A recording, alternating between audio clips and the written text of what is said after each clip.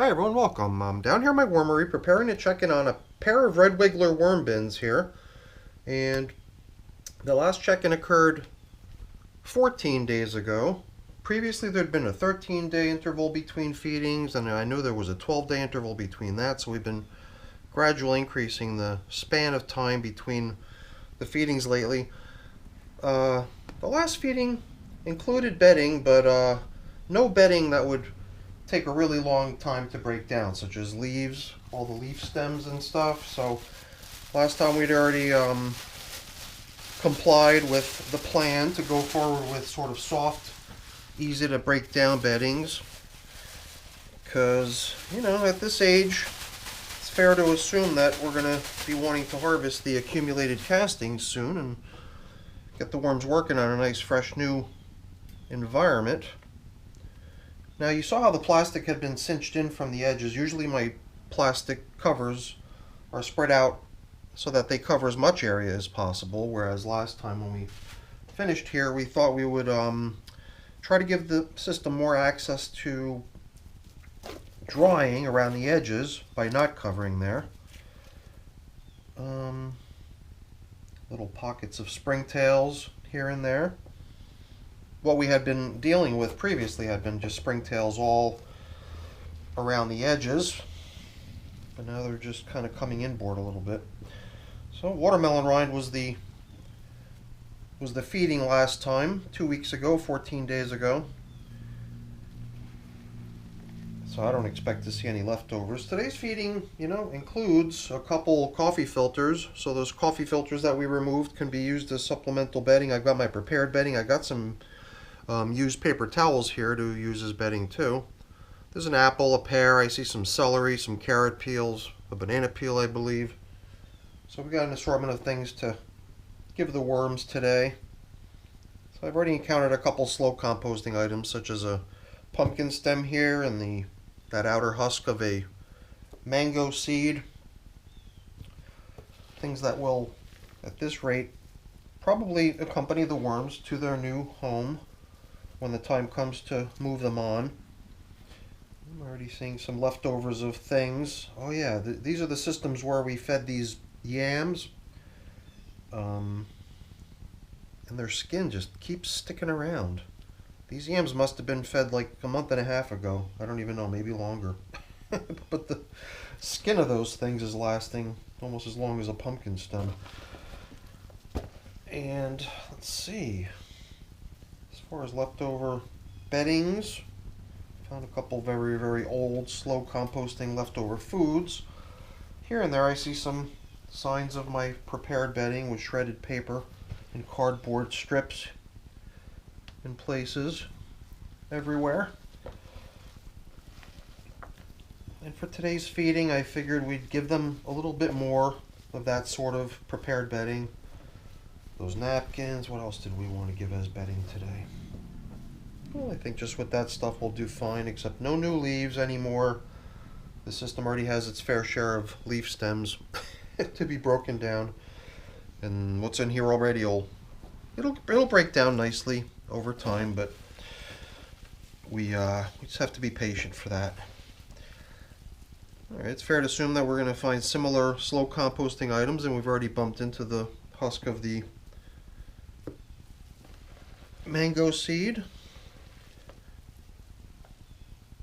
I don't remember for certain, but it's fair to expect to find a pumpkin stem in here too. Oh, I just bumped into it. And nice little turnout here in the middle of the system, although my guess is that what they were fed 14 days ago, all those nice juicy watermelon rinds, those were probably gobbled up within a couple days already. So my guess is just the remaining moisture from that last feeding soaked into all the lovely bedding that was around it is what the worms are sticking around for and enjoying. And now I think we've got ourselves a sufficient space into which we can drop today's feeding. Let's bring in my prepared bedding. Here's the stuff that was still left over when I prepared a refresh of my supply. We can grab some of this nice seasoned material here and leave the rest of that stuff for another day once it's had a few more days to get nice and soaked and soft. And, well, you know, a system this age is already probably in the range of being set up for what I consider to be foraging. So it's sort of these transitions, like I recently just transitioned from, you know, using any kind of bedding to now using bedding that I know is going to go quickly. So basically no leaf stems. And then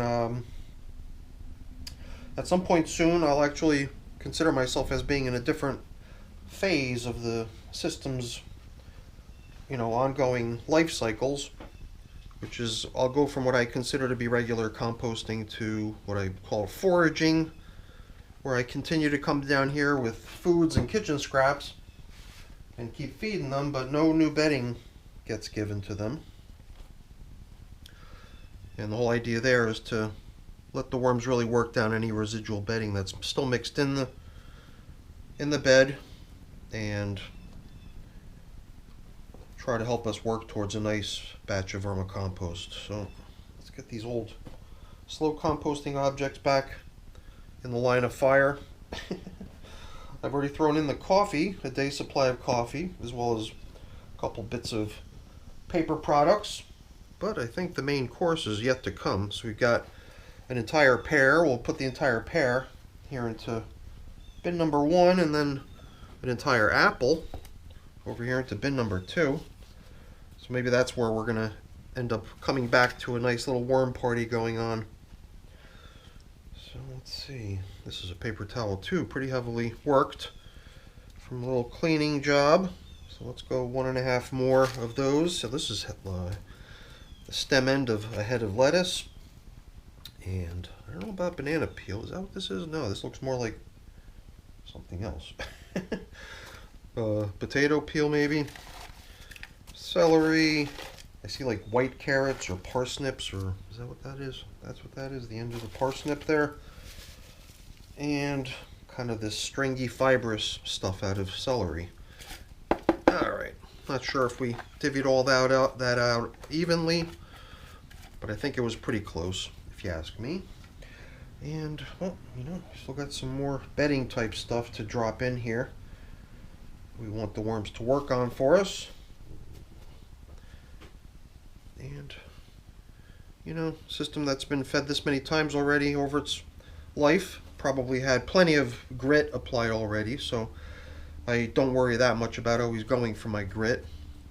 So today I guess we won't be giving them any, since I didn't, you know, prepare with it to have it on hand, although it is right there on the shelf behind me. But you know, I like to change things up here and there. Let's just cover this thing up, and at the same time we're going to pull material in from the outer edges, aerating it, inspecting it, checking out the worms.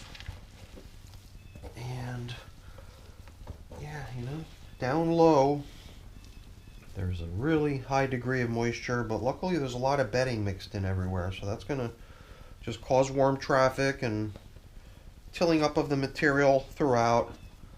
So this seems like a really good time to continue to go down the road that we started on last time, which was to try to let the system lose some of its moisture. Here it just seems abundant, perhaps not quite yet at the point where I would say too much. I do have at least one system that comes to mind with the boulders. If you're following some of my other systems, the system there somehow just seems way too wet and muddy. And at that point I'm definitely not covering with plastic any longer, giving the system full access to evaporation and drying. Here I could see us continuing on. I guess that whole going out to the outer edges is my opportunity here to evaluate how I think things look. And I think from a moisture perspective we're in good shape. So I was even thinking of maybe bringing the edges in more on the plastic covers if it seemed like a good idea to do so. But I think between just, you know, giving the system a good aeration, looks like this system has 2 pumpkin stems. Let's get that down here too. Must have gotten misplaced from the rest of the other slow composting food items during a past check-in. but things seem to come out in the wash. Yeah, you know, I'm liking the consistency of things here. Definitely high moisture. You can even feel it right away when you first lift the system as far as just its weight and how heavy it is carrying it over from the shelf to the bench. So I think we're going to return to coverings just the way we found them.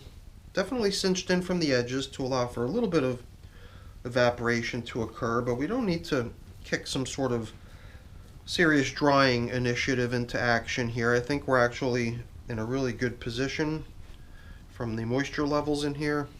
So I think we're going to do our best to just, basically maintain it the way we see it here. So let's get this thing covered up and put away because we're pretty much done. The only difference here, like you saw when we first arrived, was a plastic covering considerably reduced in overall coverage by just being cinched in from the edges, like so. Now let's do the same over in bin number 2. And we'll be done. So, let's get that back where it belongs. So, I'm going to get around to putting everything away and cleaned up around here, but you know, that stuff's kind of boring, so I'm not going to waste time with that. Before I go really quick, let me just say thank you. Thank you so much for watching. Hopefully you enjoyed the video. If you did, as always, please don't forget to leave me a quick thumbs up before you go. That's always really appreciated. And if you haven't done so already, please also consider subscribing to the channel. That's very much appreciated as well. All right, everyone, thanks so much for watching. Have a great day. Bye now.